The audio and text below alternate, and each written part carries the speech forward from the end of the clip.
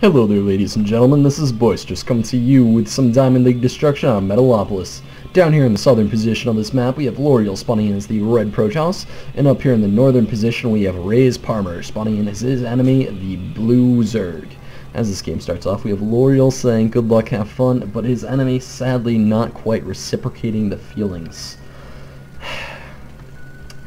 Gotta hate some people. Oh, actually, never mind. You must hate some people. Don't hate RaZeParmar. Don't do it. He's apparently quite a nice person. We have Lauriel dropping down the pylon at the front, not going for any sort of crazy forge fast expand play on this map, because that was pretty crazy, or that is pretty crazy. And Raze is asking, how's your day, with an E, with an egu over that. And Lauriel is suspicious of the delayed good luck, have fun, and the attempt to begin small chat. Because usually small chat and not talking, or well, talking too much and not talking, are always reminders that there might be going for cheese. RaZeParmar is actually quite offended by this, and just, you know, he doesn't like it when people jump to conclusions about him. Anyway, we have Lauriel dropping down the gateway at the front in a position that is pretty primed to wall off his front, and Lauriel, he always jumps to conclusions. Always. And playing safe, of course, a great decision. Anyway, RaZeParmar is actually going to go after a gasless pool, so we're not going to see any like really quick speed plays out of him. I'm guessing he's going to go right for this pool, and then around 15 supply he's actually going to start saving up and building hatchery, which actually looks like what he's going to do. This is, again, a pretty standard play for Zerg. It's one of their safer builds, and Lauriel, is he going to... His probe is being annoying, but it would not appear he's going to go for the hatchery block, unless... What is... That was... RaZeParmar. Alright, he gets it down. That was interesting. I'm not quite sure how that delay tactic worked, considering the fact that all he had to do was pull a drone away and build the hatchery with the drone that was chasing the probe. I mean, that's... He's not really denying scouting information by keeping this drone on the probe. Interesting choices out of RaZeParmar. The first pair of Zerglings jump out, so they are going to at least force this probe to leave the base in a few seconds. Actually, they might snipe it at this rate, and yeah, they do actually manage to kill off the scouting probe, which is never good. It doesn't look like a scout managed to get inside of Lauriel's base. I don't think one did. Because if it did, then it was like the scout that only hung out inside of these building areas. So I'm doubting that a scout managed to get in. Which is actually quite good for any Protoss ever, because having your opponent have no idea what you're doing is always nice. No matter what race you are, no matter what you're doing, if your opponent doesn't know what's going on, you're better off. We have an interesting spine crawler coming out from RaZeParmar, considering the fact that he went for a fast expand, and it's not at the lower expansion, especially on a map like Metalopolis, where this is so easy to wall up with queens, it's not even funny. And yeah, that was kind of an odd spine crawler. I guess he did it just to get that spine crawler up faster, but it wasn't really any faster, nor did it help him prevent any damage. I mean, I'm completely behind getting the one spine crawler down just to put off any like really crazily, insanely fast timing pushes, and kind of just push off the idea of them cheesing altogether.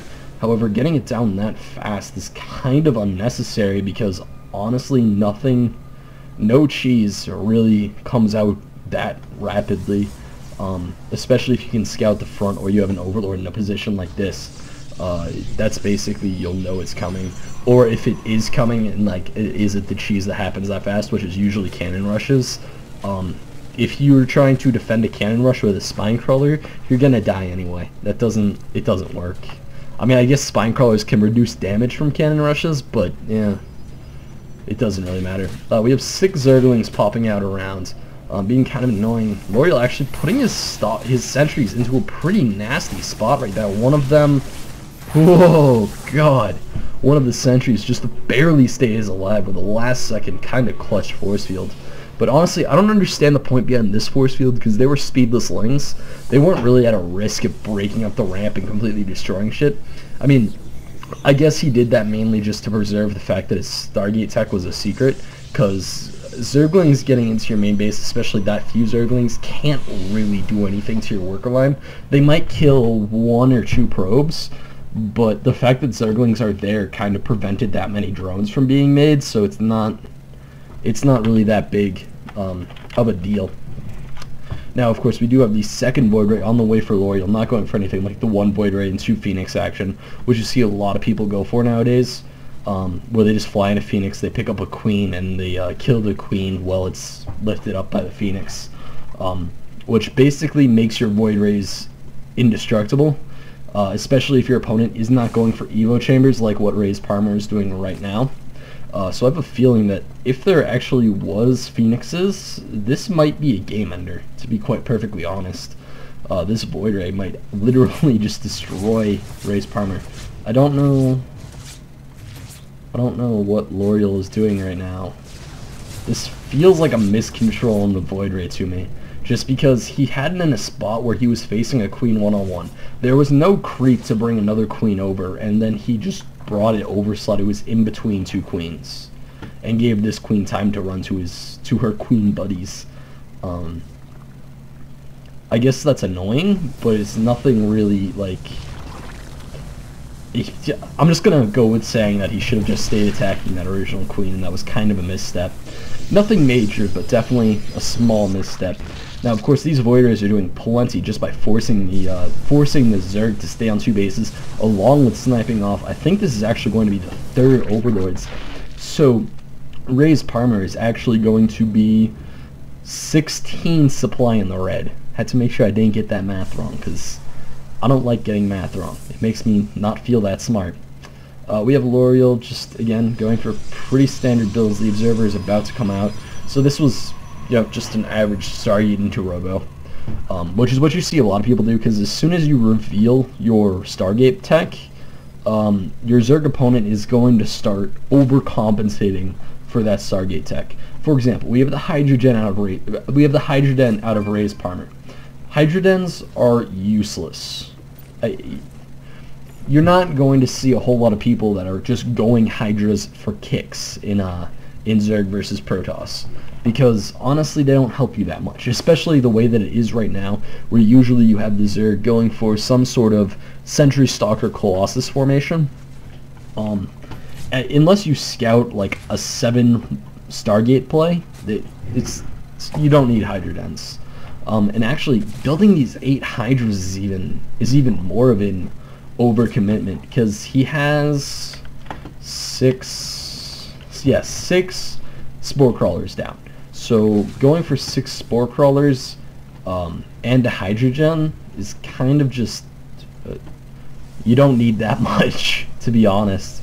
And getting the upgrades for the Hydras and getting 12 Hydras out, this is kind of just utterly overkill, and you can tell that it is just by the fact that Lauriel is pulling ahead in the probe count right now, and I don't know what button I just hit.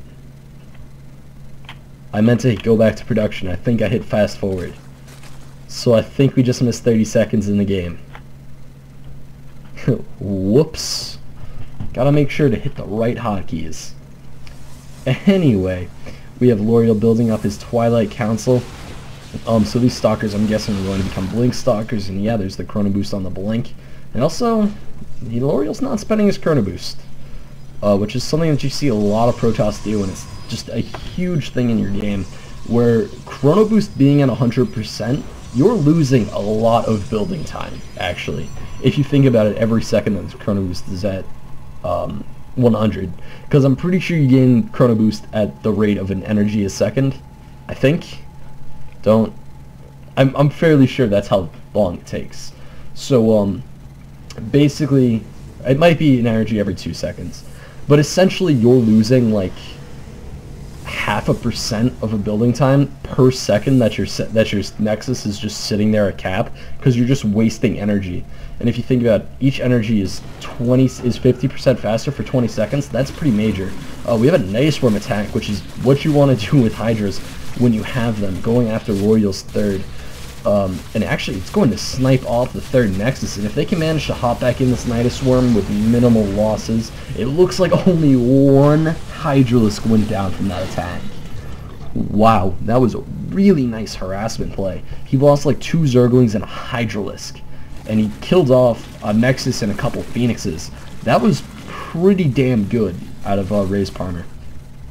So Hydralisks, that's basically the only thing they're good for, unless you're going up against somebody that's going for only Stargates, is for those really kind of, they only work once, Nidus Swarm plays. And I say they only work once because after you finish that once, nobody's going to leave their base undefended for long. They're going to have a Void Ray at every base to clean up Nidus Swarms, and a Void Ray can kill a Nidus Swarm before it pops its head out, or rapidly right after it pops its head out. So really, Nidus Swarming only works once unless you Nidus Swarm like 6 Nidus Swarms into one base, which I've seen people do, believe it or not. It works well so long as you don't hit the base where his entire army is. Because if you hit the base where his entire army is, you lose your army. And Lauriel, oh, with the DTs, going for the DT map control, taking out his Zergs, taking out his Zerg opponent's third. And here comes the Overseer. So actually, I think at this point, those DTs were definitely cost effective, because he killed off like 3 or 4 Hydralisks and a base. So that was very nice play out of Lauriel going for those DTs. And yeah, we have Lauriel also going for an Archon. I'm guessing he's just going to start morphing all of his DTs into Archons after seeing the fact that that Overseer was down. Having a couple Archons in your army is definitely a huge thing, because Archons eat damage for breakfast. They basically snack on damage. They enjoy eating damage a lot.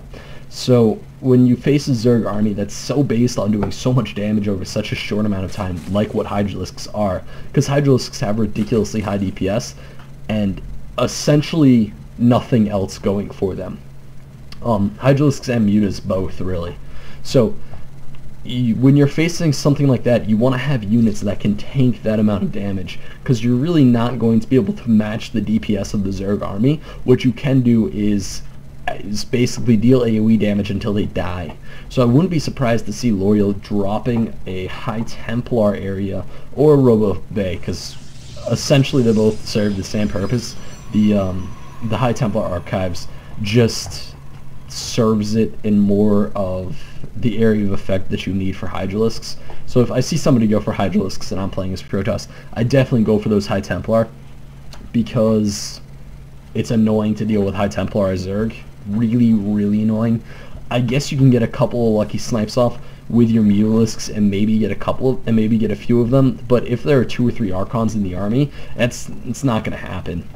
And it looks like there is 3 Archons for Lauriel, along with a fairly major Soccer Ball and a few air units. I'm thinking those are just really to be distractions. The Mutalisk Harass is coming in and sniping a pylon. That's not the most useful Mutalisk Harass. I would have expected to see him come into like this worker line and just try to tear through it, because there are a lot of workers there. That's 24 plus 32, 35 workers. Ugh. Actually, there's more now. But these workers are just taking an extremely interesting transfer route. I think is that actually a solid wall, such in the way that probes have to go under? That is not an effective way to get your army across anywhere. That's actually going, I feel like that's actually going to prove to make the Mutalisk Harass a lot more efficient, because it will just be so hard to get Archons in and out. You can't get Archons in and out of this base. This slot is too small. So the Archon he just morphed in up here is trapped forever. Huh, that's interesting. Not the greatest base layout I have ever seen from Protoss. We have basically just mass expand tactics coming out. Of course, Lauriel is going for a mothership because it is late game PvZ, and the mothership is kind of the game closer. really. If you want to end a game in PvZ, you have to go with the Mothership, because the Mothership allows you to trap the Zerg army in one spot, and if you can pin down the Zerg army and get them surrounded and get your Archons into that vortex, then your Archons will one-shot them, your army will clean them up, and you'll win the game quite effectively. Also, Lauriel going for pretty high upgrades with just 3 attack, and again, not spending any chrono boost except on the Mothership. So 250. So 2 Nexuses of full chrono energy, and I think Colossus range finished. I don't know. I think he might have just sniped off the Colossus range upgrade,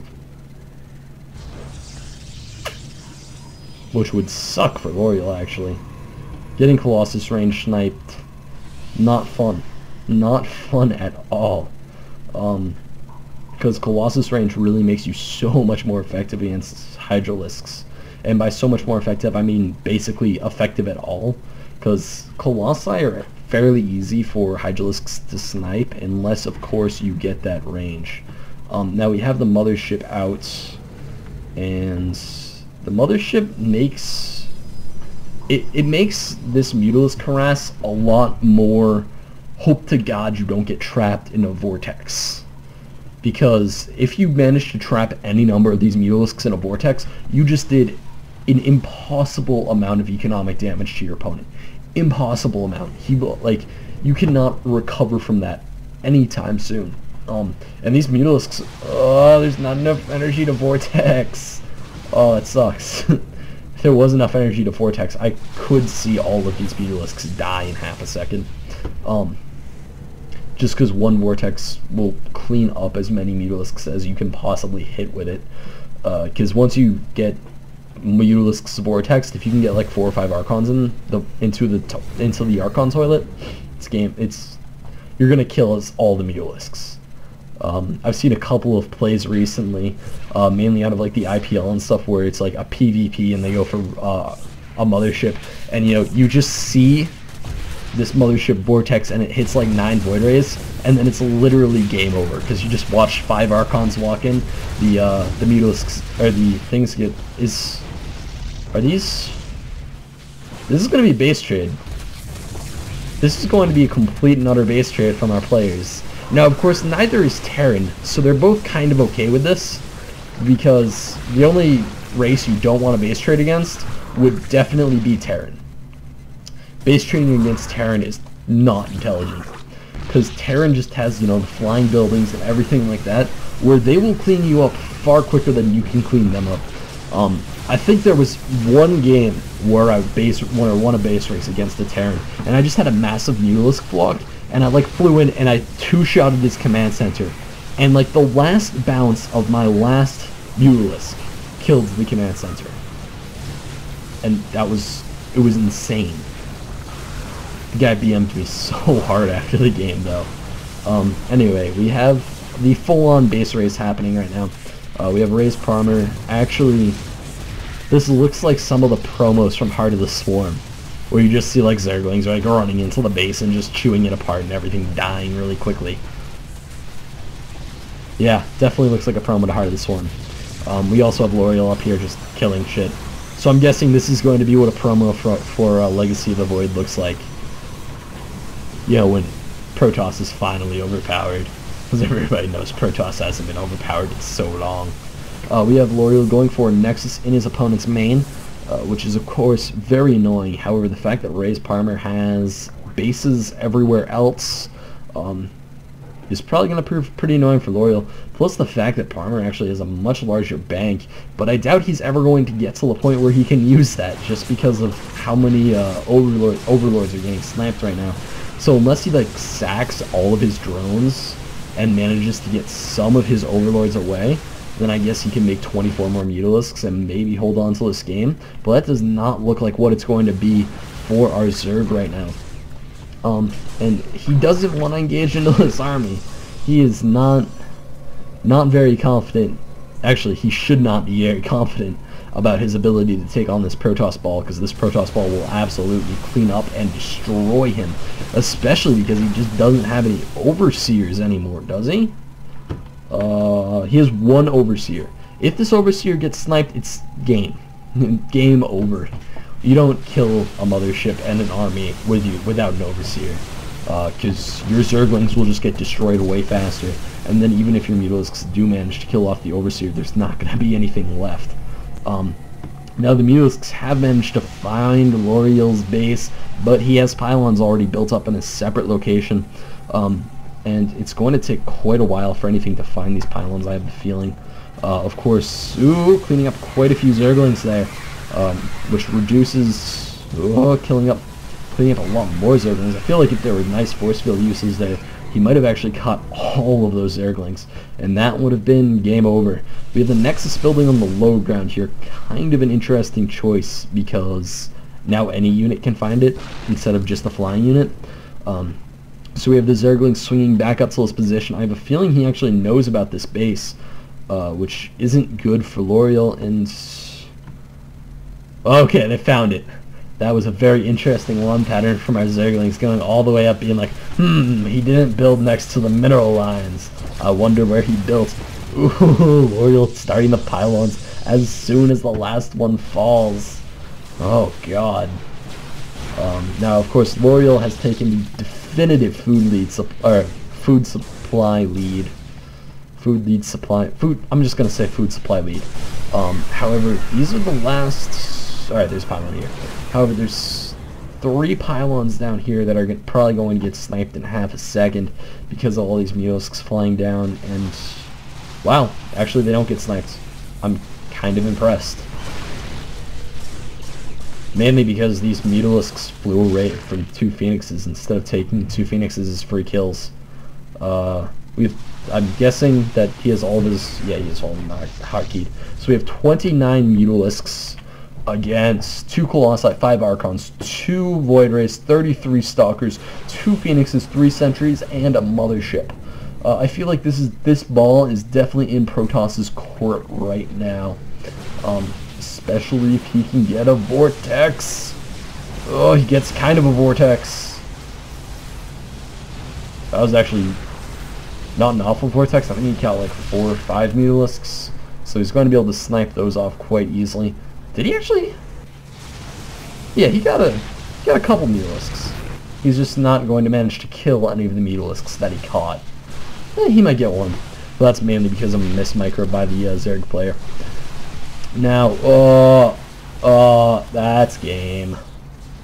Here comes the Zerg, or here comes the Protoss army. Everybody's piling on into that vortex, and wait for it. It's about to end, and boom. Huh, that wasn't quite as, pop as I thought it was going to be. However, we did manage to see a swimming Colossus, so that was fun. And RaZeParmar has left the game, of course, without a GG. So, anyway guys, you can head on over to youtube.com/user/boisteroussc2 for any other Boisterous action. You can also check out my thread for constant updates and me bothering everybody whenever I put a video up, because that's what I do. And you can also send in any replays you want commentated into boisteroussc2@gmail.com. And I have nothing else to say, so this is Boisterous, signing out.